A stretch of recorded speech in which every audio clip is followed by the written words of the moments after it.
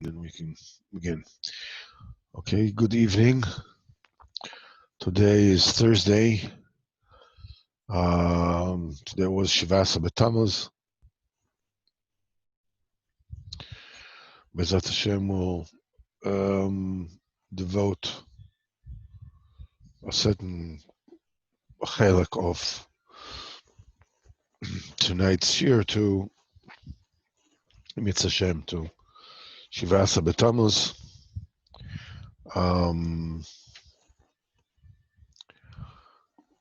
Tonight's shir is dedicated to Leilu Nishmas Avram Yitzchak Carmel, Zecher Tzarech Livrocha, that passed away today.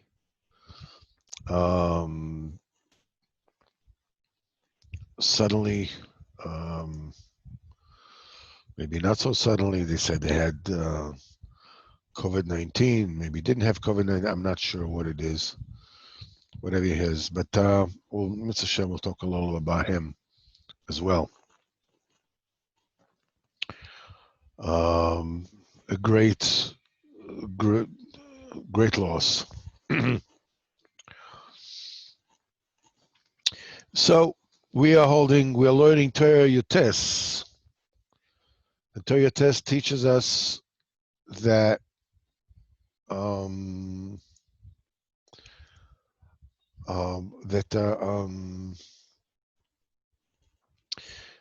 people wonder, why is it necessary to go to the tzaddik to hear from him, his Torah? You could read it in the book. So Rabbeinu starts with the whole mahalach that says that a person needs to purify himself. Yes, his name is Avram Yitzchak Carmel.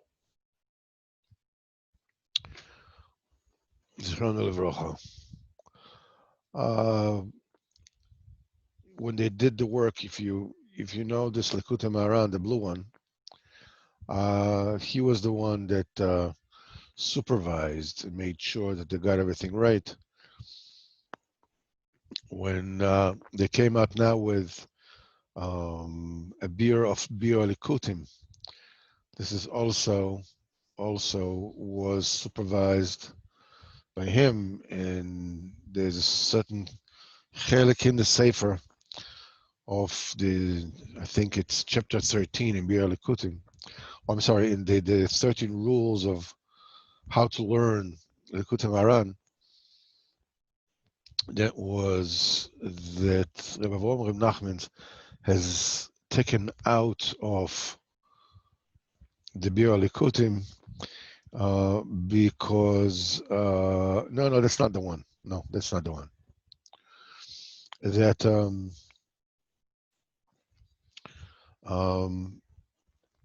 that chalik speaks about the fact that tzaddikim look at the world, talking about tzaddikim, the great tzaddikim, they look at the world from a point of view which is beyond time. It's a very interesting nakuda, obviously. What does it mean to look at the world from the point of view of beyond time? Interestingly enough, the Rambam, aka Maimonides, has written a book to sort of like put at ease the mind of the confused ones in his time. There was a time of great flourishing of philosophy. That was the Enlightenment du jour. At the times of the Rambam, we're talking about the 12th century. And many of the elite, quote unquote, were confused by the dichotomy between the Aristotelian philosophy and Torah. We're talking about from people. And so the Rambam wrote a whole sefer for them, which is greatly recommended not to be read and looked into, because this is a book that is aimed for the confused. And as such, the book itself, sefer itself, is confusing, extremely so, extremely so. It is a total opposite of the Yad HaChazaka, the Mishnah Torah of the Rambam, that basically codifies the entire Torah Sheba'al Peh,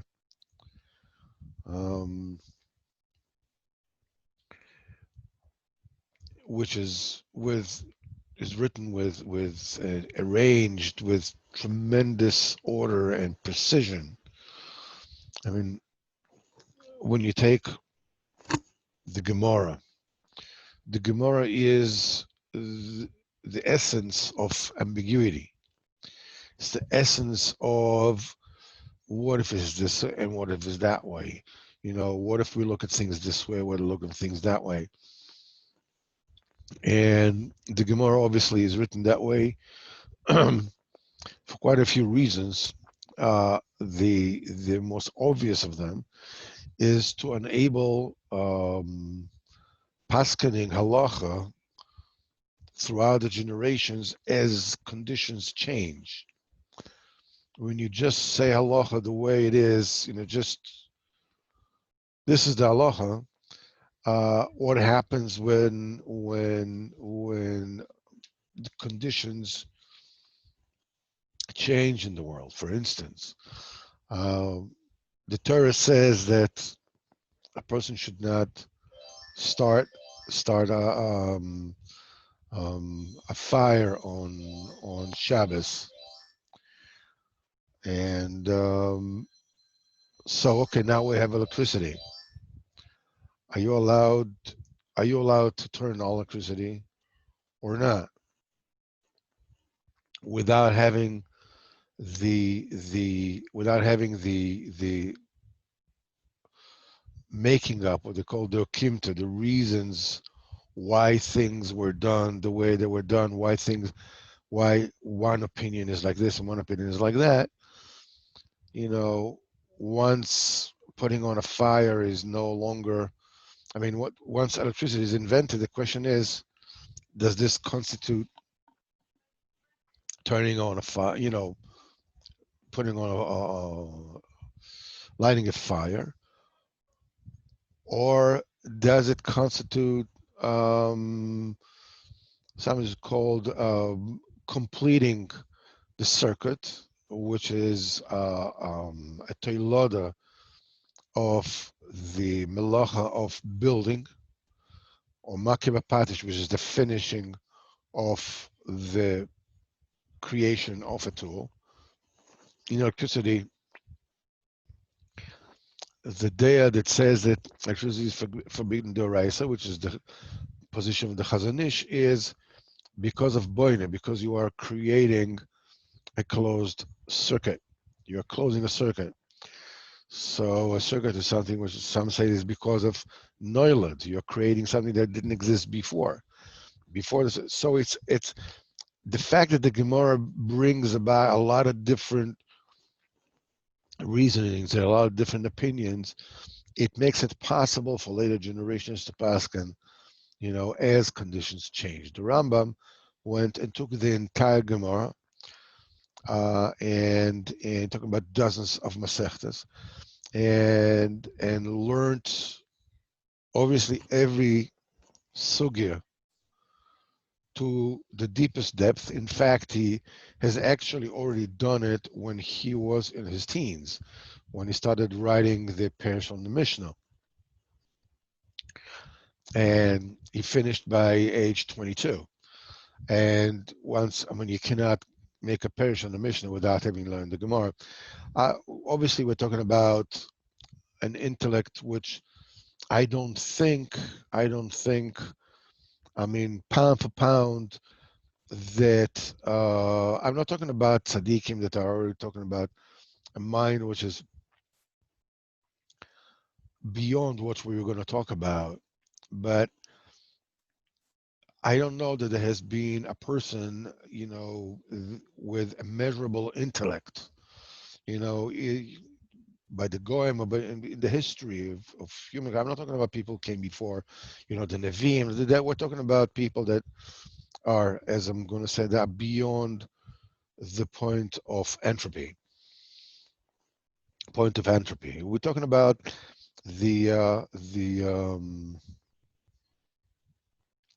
so the Rambam wrote this sefer, which is called Moharan Nevochim, the guide for the perplexed. It is called, in which he codifies the 26 rules of the thought of Aristotle, and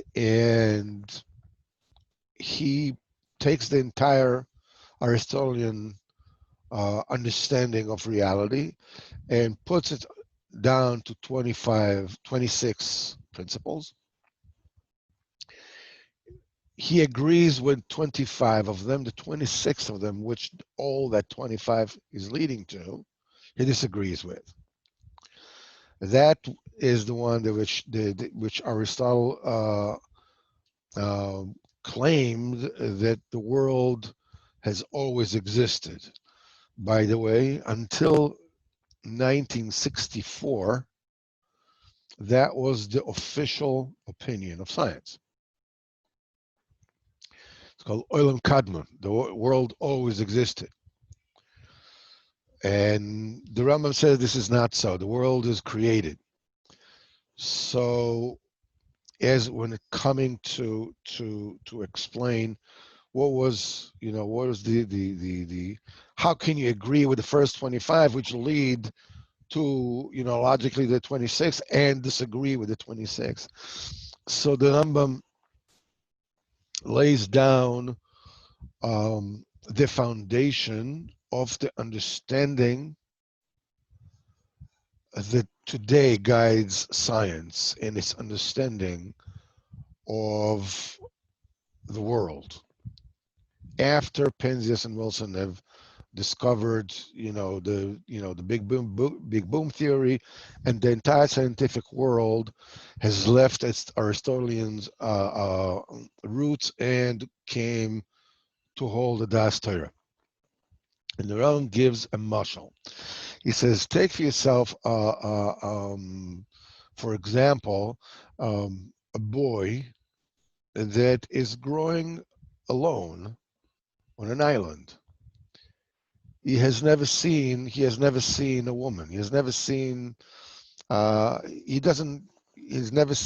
married people. He has never been in a company of people.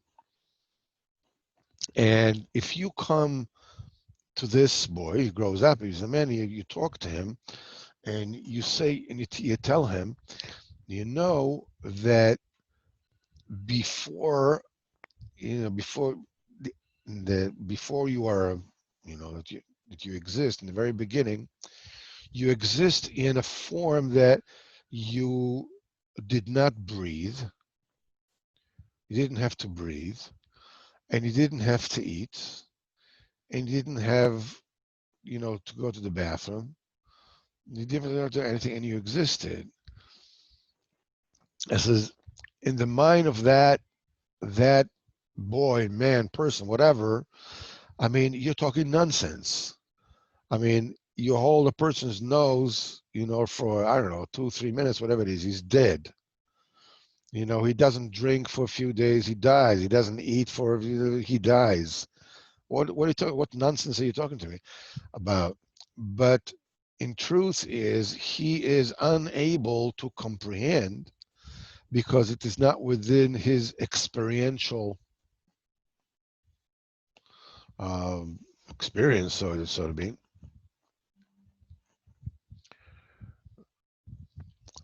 Okay, no problem. Um, that that there is an embryo, that the person is an embryo before he's born, and the rules that apply to a person after he is born do not apply to an embryo. So there is basically between the being an embryo and becoming a person something which is called the point of entropy. Um, in other words, your mind has come to the edge, to the border that it can reach.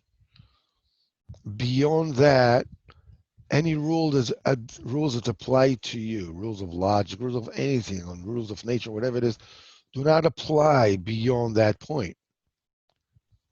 It's out of your realm of experience, Bechlal, beyond plane of logic. And this is what the Rambam says.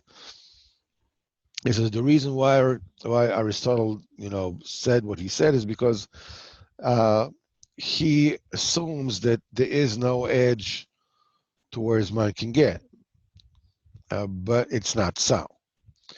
And obviously today we know that, I mean, even scientists know that Aristotle was wrong. Nevertheless, that point of entropy, where things begin and they become something else, is the nakuda of the creation of time. The creation of time is the point where choice is an option. If time doesn't exist, choice does not exist, obviously, because choice is about what am I going to do next. Next means future, determined in a different time frame. I mean, the choice is always in the present, obviously, but as things come to you from the future, obviously doing tshuva is something that already passed, and so forth and so on. So I believe the 13th or the 14th rule of learning Likutei Moharan by Rabbi Nachman was a whole volume, short one, but enough to drive people with an intellect that is not superior, literally, out of their minds. It is so deep, that Rabbi Nachman has taken that portion of explanation of what's the pshat of being beyond time and made it as a volume on its own. Now that volume has been lately, he said he doesn't want this volume to be published because the danger that it poses to people who will learn it at great depth, because they will simply go out of the mental faculties, never to return. So lately, the volume has been not only just published, but also annotated and explained. But as is, there are certain parts of it, it existed in manuscript, and it is certain parts of it were omitted from this new volume that has been published. It's called Emuna B'Yedia Elokis. There's a faith in godly knowledge, in divine knowledge. Uh, the one who has been overlooking the work of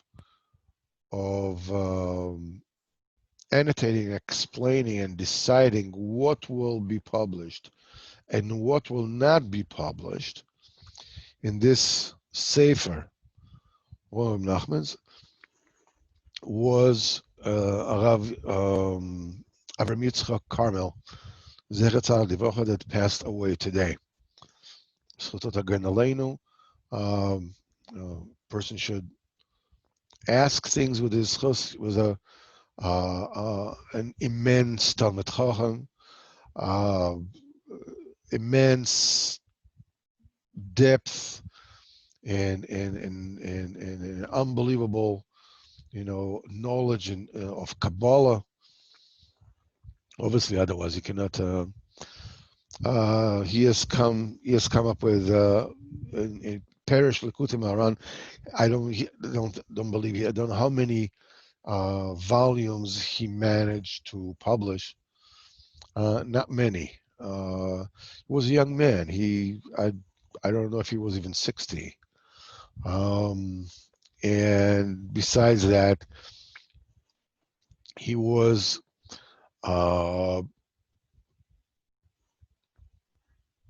besides the fact that he was brilliant, he had unbelievable midos. I mean, my son of Rami, he was I believe he was Yom Mashgiach in Yeshivas Breslov, and he was the most silky midos you can think of. I know for a fact that he spoke at least like 3-4 languages fluently, Arabic and Russian and I don't think he spoke English, but whatever it is, and he was, a very witty sense of humor. He was 58, so passed away at the age of 58, and my son says he was chavrusa for 2 years. The brilliance, the neimus, the pleasantness. He was soft as silk. He was smooth as silk. The sweetness of this person is just like immense. He married the granddaughter of Rabbi Yitzchak Benda and received a lot of his Torah. And it's an immense loss. It's an immense loss. He was going around giving shiurim in Likutei Moharan. I would go ask him various things that I didn't know, I didn't understand. I would call him and ask him. The last thing that I asked him, he said that he'll get back to me, and he didn't manage to do that, was to explain to me a little bit deeper in the inyan of the Yam HaChochma, the Sea of Wisdom that is written in Torah and Vav, and the hands in the Yam HaChochma. What does this refer to in depth? And he said he'll get back to me, and I was not zeicher for him to do that. So as I said, tonight's shiur is dedicated to Ilan Nishama for him. And I can't even begin to express the pain, the shock, it's Shivasa B'Tamuz. Shivasa B'Tamuz. This is the day that the Torah was burnt, that the city was broken into. It's just everything. Okay. Anyhow, so when we're talking about a point of entropy, we're talking about the point of beyond your seichel. This is the tzaddik is beyond that point of entropy, and he looks down in the world.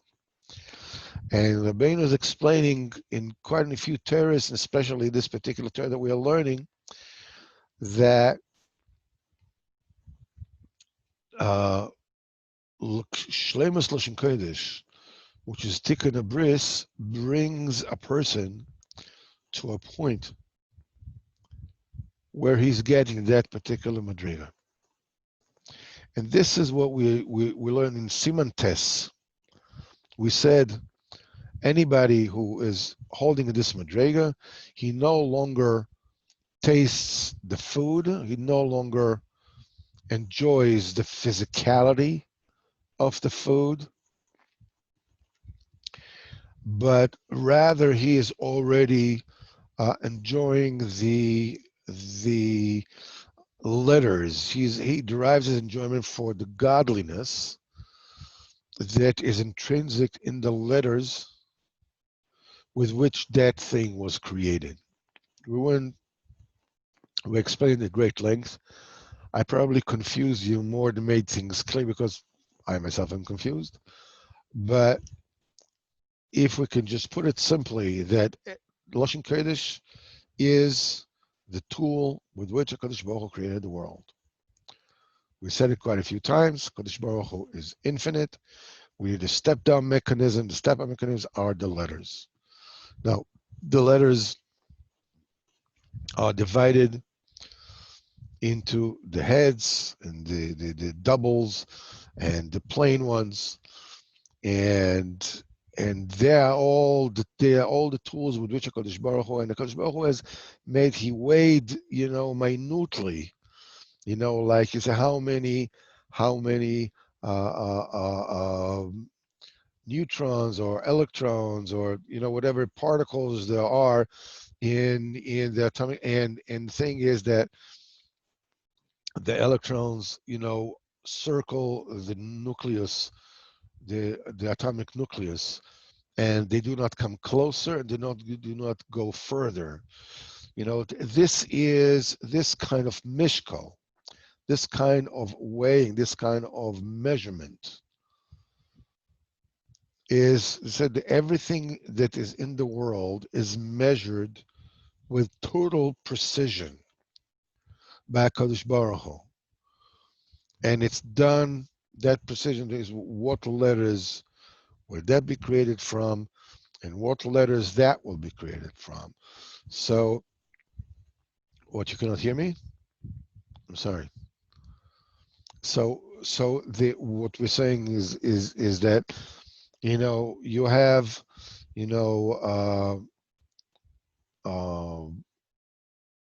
a steak is made with these particular letters, and a glass of water is made from this particular letters, and the table is made from these letters, and a thought is made of, that thought is made with these letters. Ad kedei kach that the thoughts are the results of the letters which are in the food. Rabbeinu says this in this particular Torah, that when not only just what food you eat determines what you dream, but the order of the bites, the order of the spoonfuls. If you would have eaten that spoonful before that spoonful, you would have dreamed something else. That's why when a person reaches Shlemus Lashon Kodesh, the perfection of Lashon Kodesh, when he is holding, he has a handhold on, hold it just one second.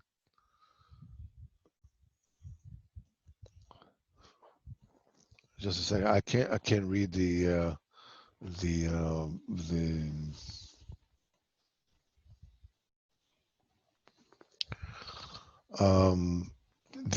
Shlemus Lashon Kodesh. The Shlemus Lashon Kodesh is when a person holds beyond the point of entropy. He is no longer enjoying the physical world. He is enjoying the level of the letters with which the world was created. The force with which the letters were, put together to create different things are 32 times in which it is said the word Elokim in Maaseh Bereshis, in the act, the primordial act of creation. Those 32 times It's called Lamed Bes Elokim. There are 28 letters of creation. Bereshis bara Elokim es hashamayim es haaretz. 28 letters. And the entire Ma'aseh Bereshis, there is 32 times it means Vayomim Elokim, Vayas Elokim, Hashem did, Hashem said, whatever. Each time that it is said Elokim, Elokim signifies a constriction. The infinite ability, presence, size of HaKadosh Baruch Hu is being constricted through the letters via the mechanism of 32 times name Elokim. Elokim is a name of the Midah of the Gevura.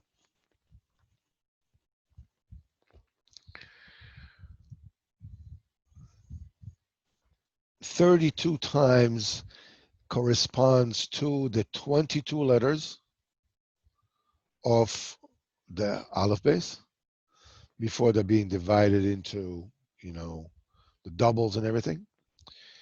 And the 10 Sefirot. Together, you have 32. So when a person is holding Shlemus Lashon Kodesh, he is bringing himself up to the level where he is no longer partaking in the physicality of this world. He is already enjoying the world which was created for enjoyment, mind you, on the spiritual level with which it was meant. And this is said, we said, V'misho ches v'madrega zo of Metzion Isadeko, anybody who holds in that particular madrega of Metzion Isadeko, right here, Mizeh Meir Libo, this illuminates his heart. In other words, his entire eating and drinking and pleasure is from the combinations of the letters that exist in everything. It says, Mizeh Meir Libo, his heart shines, Kishem Alev, because why is the heart called a lev? Why is it called lev? Al Shem shemekabel v'nizon, that it receives and is being sustained and fed, mishufra the shufra, from the best of the best. What does it mean? Milamed beis elokim shel Ma'aseh Bereshis. He's being fed from the 32 times that the name Elokim is mentioned in Ma'aseh Bereshis, which is the 32 Nesivas Chochma that Sefer Yetzirah mentions. That's the 22 letters and the 10 Sefirot. Shehem Pchinas Oiseh Shebechol Davar. These are the letters that exist in every single thing.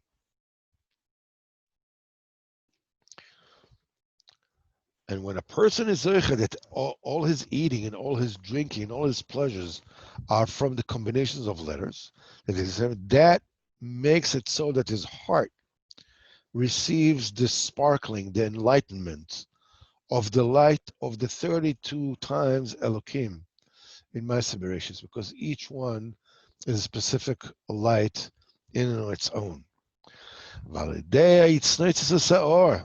And through the sparkling and the enlightenment of the light, that the heart receives from the 32 times name Elokim of the primordial Ma'aseh Bereshis. What that does, it shines, his face shines with that light. Bivchinas lev sameach yetiv panim. A gladden heart makes the face good. It betters, it improves the face. The face becomes b'chinas toiv. He says, "Ukshepanov meiros beistakach hazen," when his face are shining, with this cleansing, after this kind of cleansing, azah yuchal ha'acher liros panav beponim hazeh kamo b'mara. then somebody else can see his own face in the face of that person, like looking in a spiritual mirror. And then to regret and to do tshuva. And this is the bechinas of ponim befonim diber Hashem imochem. Hashem spoke to you face to face. When did this happen? This happened in Matan Torah, of course. Hainu alidei sheyesh imechem diber Hashem. When you have the dibur of Hashem, hainu shlemus lashon kodesh. When you have the completion, you have completed the lashon kodesh.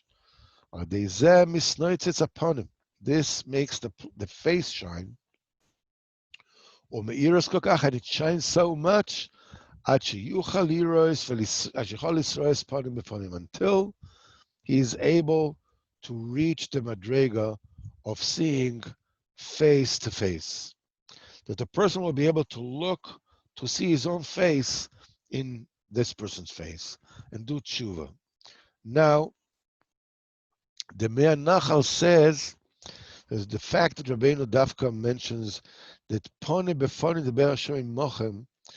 Mind you, if you ever want to learn Likutei Moharan be'iyun, know that I did, but if you ever want to do that, it is very recommended that when the Rebbe brings a pasuk, that you go ahead to the original place where that pasuk comes from.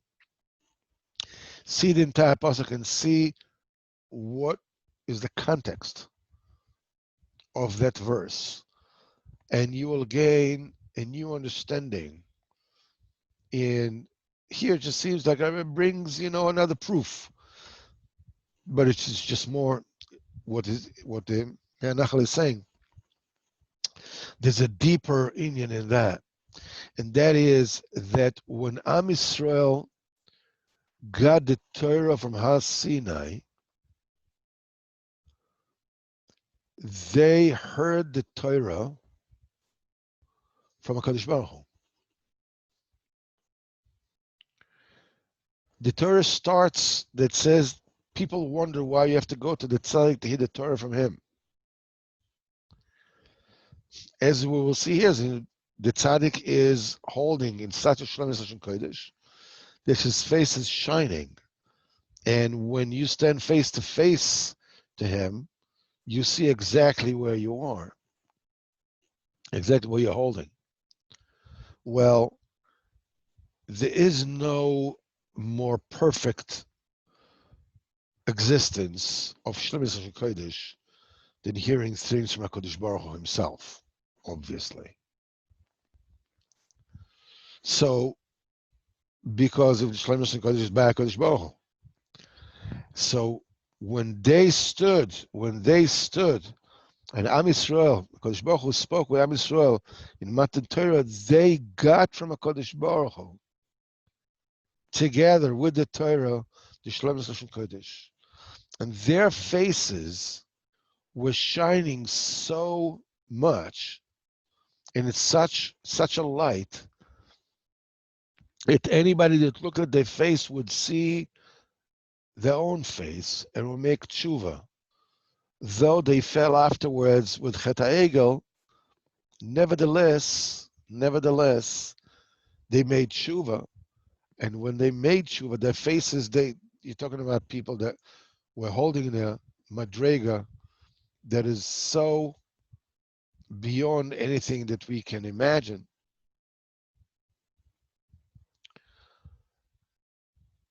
That's the reason why you can say that Edom did not let Am Yisrael pass. We spoke about it. We said that Am Yisrael offered Edom to pass through him. They said, we have no business with your land. Kadosh Baruch Hu has already, given us Eretz Canaan. This is ours. Your forefather Esav and our forefather Yaakov, they made a deal. Esav didn't want anything to do with Galus Mitzrayim, with everything. and he took the Mount of Seir, and we took out Israel. We're not going to do, any hanky-panky in or cause any trouble by you. In fact, not only this, I mean, we have everything. We have manna, we have man, and we have water. We have the bear of Miriam. We don't need anything from you, but we will not use them. We will not consume them. We will not consume the waters. We will buy them from you. This is an unbelievable business opportunity. It's like a nation that the United States or China that comes and says, okay, we're going to give you all our business. I mean, what an unbelievable opportunity. And the king of Edom says, B'shum panim v'ofen, I don't want you coming through my land. Why is that? It's because Am Yisrael has reached at that particular point in time such a level of Shlemus Lashon Kodesh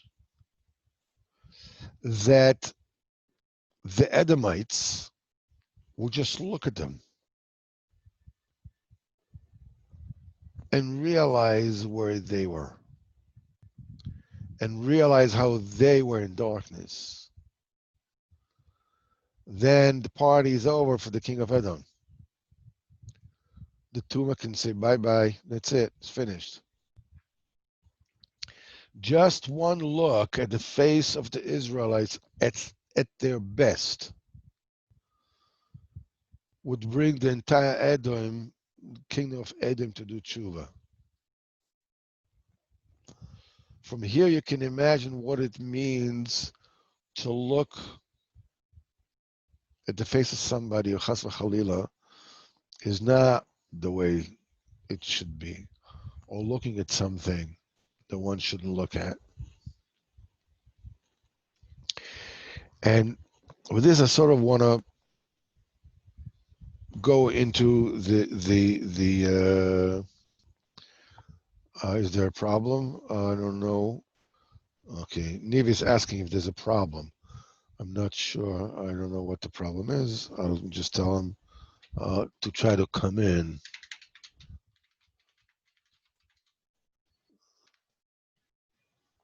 I don't know what's happening with him. Niv was, for some reason, he lost contact. I don't know. I want to have a shtickle once we're already talking about the Lamed Bes mentioning of the Shem Elokim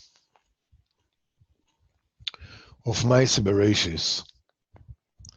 This is the constriction that enabled the world to be created. The Hashem has created two forces. One of them is the force of Chesed. And let me try to see if I can, hold on just one second. Let me just put this on hold for a minute.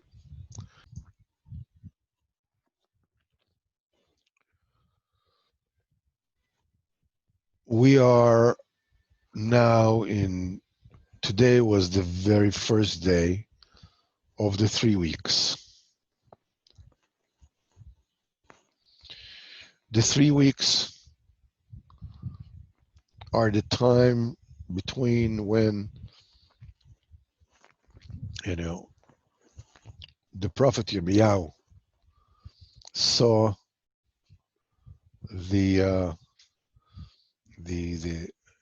Kodesh Baruch Hu asked him, "What do you see?" He says, "I see Etz Shaked." No.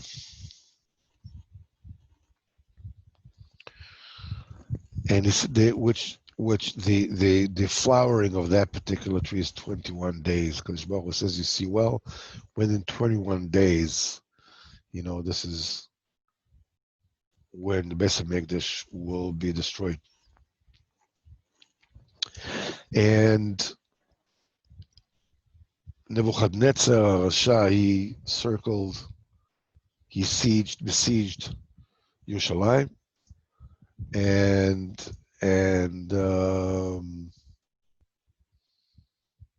they didn't have what to eat. After a year and a quarter, all the food was gone, and people were dying, starving to death. They were lying in the streets, and they couldn't do it anymore. They couldn't take it anymore.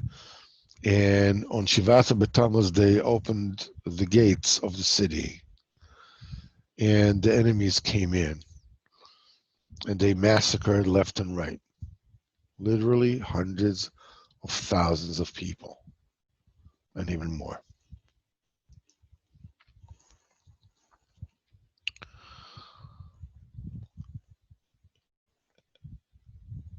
And after 21 days, Nebuchadnezzar, Nebuzaradan, they set the Beis Hamikdash on fire.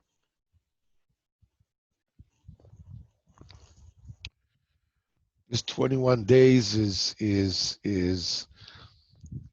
Reb Nosson brings in Ilchos Beitzim in Likutei Halachos the gestation time of an egg is 21 days. That's the reason why the egg is a food of Avelim Lo Aleinu.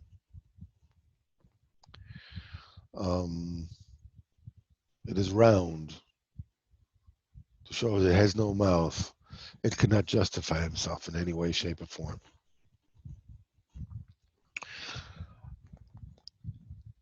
As we are actually stepping towards Tisha B'Av, we are going through days of, first of all, these are dangerous times, very dangerous times. I'm not talking about Corona. I'm talking about 21 days in which if you don't have to go anywhere, don't go anywhere. Don't travel. I mean, the way things are, I don't know if it'll be available, be possible since anyhow, but nevertheless, don't do it. Don't do anything risky. Don't, whatever it is, just stay away. Stay away. But we have to understand that's a point that on Tisha B'Av, we'll be experiencing in much greater intensity. Shlomo Melech says, Aza kamavis ahava. Fierce as death is love. Kasha kishol kino. Hard as purgatory, as Gehenna, is jealousy. It is very hard to understand what is. Okay, it's easy to understand that, you know, the muscle of Gehenna being as hard as of the jealousy being as hard as Gehenna. But love is fierce as death. What has love got to do with death? What is this kind of I mean, where did this come from? The answer is we touched it in the Kuda once before. The inyan of ahava by nature is that it oversteps boundaries. When you love someone, you do for them that which you wouldn't do for anyone else. You go well beyond the normal, the sensible, the common boundaries. That's also the danger in love. Love can very easily go over the boundaries. And when love goes over its proper boundaries, it becomes infidelity. It becomes betrayal. Love is, or the name Elokim, the Ahava is in the lev. Love is probably from lev, from heart, is bound by the boundaries of the fire of jealousy. Jealousy only exists where there is a boundaryless love, a love without end. I mean, when when criminals, kill, spouses for jealousy, over there it's not because they love them, their spouses, they love themselves. Jealousy is the boundary of love. The biggest letdown, the biggest insult, the biggest loneliness will be experienced by a person who gets upset and said, I'm leaving, goodbye. And people say, oh, all right. Just don't forget to close the door. Ah, how hurtful would that be? We are 21 days of jealousy of HaKadosh Baruch Hu. On Tisha B'Av, when the enemy came to the Kodesh HaKodeshim and took out the Oren Kodesh, and they saw the cherubs are hugging one another in the greatest intimacy of love possible. And people wonder, on Tisha B'Av, that's the day of the greatest animosity. Kadosh Baruch Hu chucked us away. What has love got to do with it? Is it Mashiach was born? He's on Tisha B'Av. It's because that jealousy, with that destruction, with these 3 weeks that have started today and will culminate in Tisha B'Av 3 weeks from now, HaKadosh Baruch Hu is telling us our love is eternal. I will never, ever, ever give up on you. Ever. And if you will take our love, our sacred love, and dispense it carelessly amongst others for your own pleasure, Kadosh Baruch Hu says, I will pursue you with vengeful wrath, which is hard as Gehenna. Because the love is eternal. It is as fierce as death itself. The love that Kadosh Baruch Hu has to you, every single one of you and me and our children and our wives, is as fierce as death. It will never, ever, ever die. That's why, and such a love is a nuclear. It's a nuclear reaction. It has to be contained in a nuclear core of Maisa Elokim. That's why the kina, which is the guardian, which is the klipa, which is the wrapping of this fierce, endless love, must be as hard as Gehenna itself. Endless. No compromises. The lesson from this jealousy of HaKadosh Baruch Hu is, I love you, and I will never, ever, ever, ever give up on you.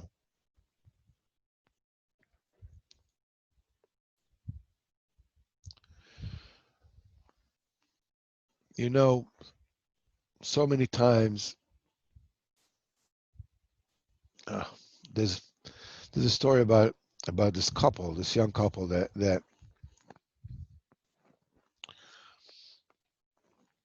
they got into financial problems. They, some of the parents promised them to help them with the beginning of an apartment. They ran out of money, whatever.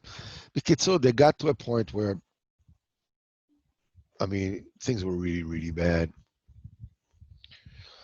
And the guy was like davening and asking and nothing happened. He says, "Man, you could have written, Musas farm from my prayers. You know what's good for me. I don't want to say I know I deserve nothing, and so forth and so on. Whatever it is, it was really, really nice, and nothing happened. Nothing happened. And one day, he says, he got to the point where he just couldn't take it anymore. He just went out. He went out to the field, and he started screaming, not angrily, chas v'chalila, not chutzpahdik, chas v'chalila, not with any sense of entitlement, chas v'chalila, but a cry of despair, and he says, "Tati, money! I need money! I need money! I need money! A lot of money! Money! Money! I must have!" And he was screaming his head off. He didn't come with any resentments. He didn't come with any tightness. He didn't didn't have any questions to Kadosh Baruch Hu, why is this? None of it. He just screamed out from the point of truth in his heart. And he says, I was roaring like a tiger. Not just any tiger, but a tiger that has been starved by polite, circumspect tefillas that go around the point, never touch the truth. So why don't we scream? We touched this Nakuda before. Why don't we scream? We think that we are sort of like protecting HaKadosh Baruch Hu. After all, HaKadosh Baruch Hu does know best, right? Who am I to tell him, It says, anybody who, presses his time and is being pressed by time and so forth and so on. If you want to have it right now, right, but that's false. That's a lie. It's not a Kodesh Baruch Hu that we're trying to protect, as it were. We're trying to protect ourselves. We try to protect ourselves because we are scared that if we come and scream to HaKadosh Baruch Hu, until we reach the point of our inner emes, until we touch that inner emes, until we basically like fall apart. We don't know where we are anymore. If we're up or down or left or right or what. We're totally in pieces. There's a certain point that you know that you touched your truth. You said your piece. You cried your crying. You screamed your screams.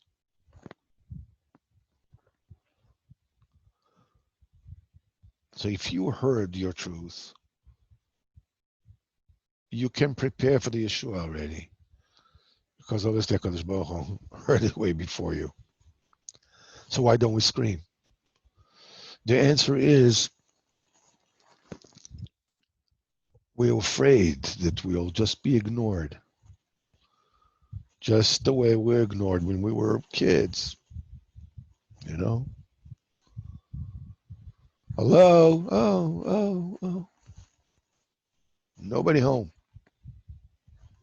Nobody hears me. I'm scared of screaming to HaKadosh Baruch Hu because I'm afraid, not that he will get angry with me, Not that he will refuse me, not that he will spank me, chas v'chalila. Just ignore me. Make me feel like I'm not even there, like I'm invisible. I'll do anything to avoid feeling that, so I don't scream. Because screaming means you're putting all your money on the table. You're putting your cards on the table. You're taking a handful of whatever it's called in the casino, and you put it on red, on black, or whatever it is. That the whole thing. That's you're all in. You're willing to hear a no. You're willing to be ignored. Ignored. Because the Kodesh Baruch Hu wants the whole of you. Everything. Everything. Come. Cry. Scream.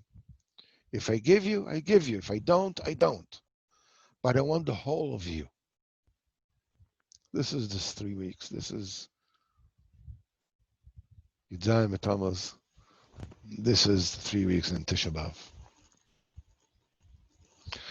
How Be'ezer Hashem, Rav Avram Yitzchak Carmel, his chus will protect us all, stand us all, by us all. His neshama should be a me'eretz Yosef for all of us. And Bezrat Hashem, soon we will hear the good news of Bias Mashiach, Yimetz Hashem, and the building of Beis HaMikdash. And we have Bezrat Hashem.